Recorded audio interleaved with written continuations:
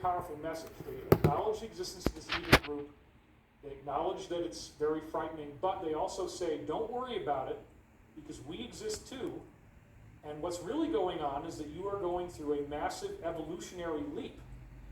When you break down the walls of denial and you realize the world that you were told to believe in is an illusion, that there is a power system that doesn't want you to believe in God, doesn't want you to believe in a higher power, doesn't want you to believe in angelic beings. They certainly do not want you to develop a sense of faith. They certainly do not want you to identify that these beings do exist, have them start communicating with you through things like synchronicities on your clock, you get repeating digits, visionary experiences that you might have either sober or with entheogens. You can have very powerful dreams that are happening, and then being exposed to material like what I'm sharing with you right now is another part of the profound awakening process. So all of these things are very important. I'm just looking at my thing, making sure that I'm on. Looks like I'm on. Yeah, I am. Okay. I always do a high resolution recording. So I've got these. I have a hyperdeck here, and I take a high resolution print of each show that I do, so that the YouTube resolution is one level. But then I've got a new level, because in the future I think these shows are going to be seen by a lot more people. I'm going to be proven right. I already am anticipating that. And these beings really do exist. There's a few people here and there. They hardly get but 0.5% of my audience, maybe if they're lucky, watching their shows. But most of you are understanding what's going on. But this is going to become global. The main message of the Micheal prophecies that I got in with this 99% accurate remote viewing protocol is that our plan is going through an ascension process.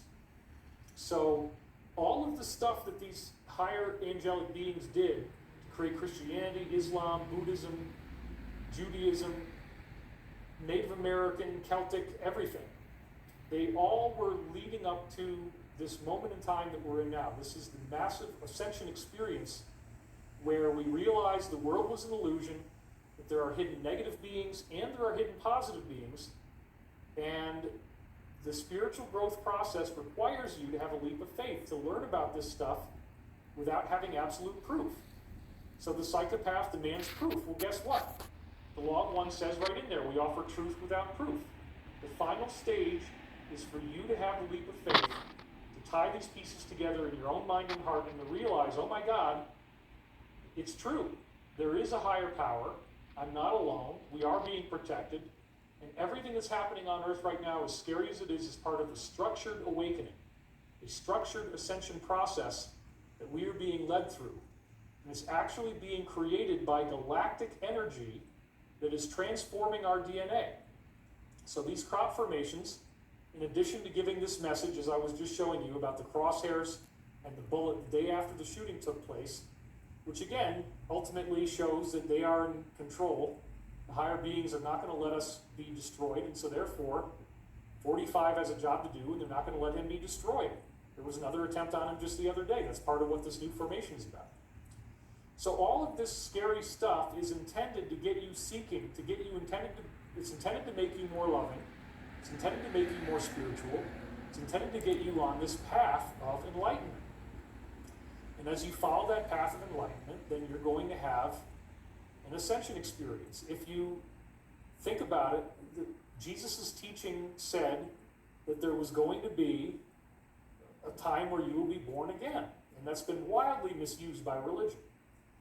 But there's also this talk about the bride and the bridegroom and all these other prophecies around the world, 35 ancient prophecies, as it was in Graham Hancock's book, two historians, Santayana and Van de Shen, as I've been saying.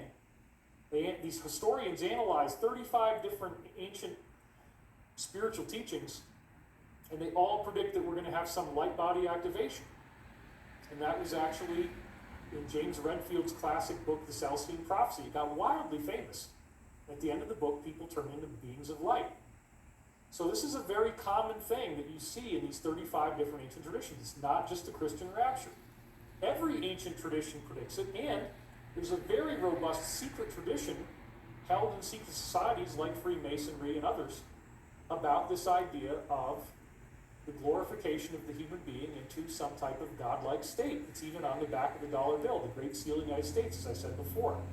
Novus Ordo Seclorum is an Italian phrase Yeah, it's an Italian Latin phrase that means the great order of ages is born anew. And from that same passage, it came from the Sibylline mystery text and handed down to Virgil, and he put it in his Eclogues. That's what the Novus Ordo Seclorum is quoted from. Virgil quoted it from the Sibylline mystery text, and then Virgil's quote was put on the dollar, where the pyramid and the all-seeing eye is, okay?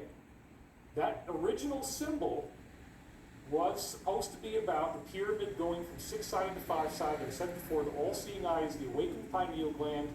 You're no longer psychopathic, your frontal lobes reawaken, and you have these ascended abilities, which works, a lot of it works through the pineal gland. But again, the original Sibylline prophetic texts were given through this woman who lived in the volcanic caves of Mount Vesuvius. She wrote 3 books that became considered the most valuable treasure in all of Rome. And they predicted the future of Rome, and they predicted it right through our present. And so Novus Ordo Seclorum, Magnus ad Intrigo Seclorum Nascitur Ordo, is the original Latin. What does that mean? It means that it says right in the text, the boy will soon be born, in whom the Iron Age shall come to an end, and the Golden One shall arise again in the whole earth. Both the lofty Virgin and Saturnian kingdoms, which represents human ETs from Virgo and Saturn, the Virgin and Saturnian kingdoms now return. The Iron Age shall come to an end, and the Golden One shall arise again in the whole earth. It's freaking mind-blowing. That's on the dollar? Yes, I've talked about this before. Charles A.L. Totten, Civil War hero, wrote a letter to Charles Folger, the Secretary of the Treasury. They put it on the congressional record, and that's what he said it meant. He leaked that from the inside world of the mystery schools. So there's a whole lot of interesting stuff here, because the people that founded America, the founding fathers, secretly called themselves the perfectibilists. They inherited this prophecy, and they expected that the teachings of freedom that they imbued into the Constitution would actually lead to this awakening and ascension in humanity. It's pretty amazing. And now in modern times, we have the Edgar Cayce readings that are very amazing. I look like him. I have the same astrology. It appears to be an example of reincarnation. That's something Christianity covered up from the time of the original founding, the Council of Nicaea, 325 AD, was when you have the Emperor Constantine, who then declares himself as God, basically. He can throw out the parts of the Bible he doesn't like. Arius, this one scholar at the Council of Nicaea, came up with these texts that showed that God the Father and God the Son were realms of being populated with multiple human ETs. And he said,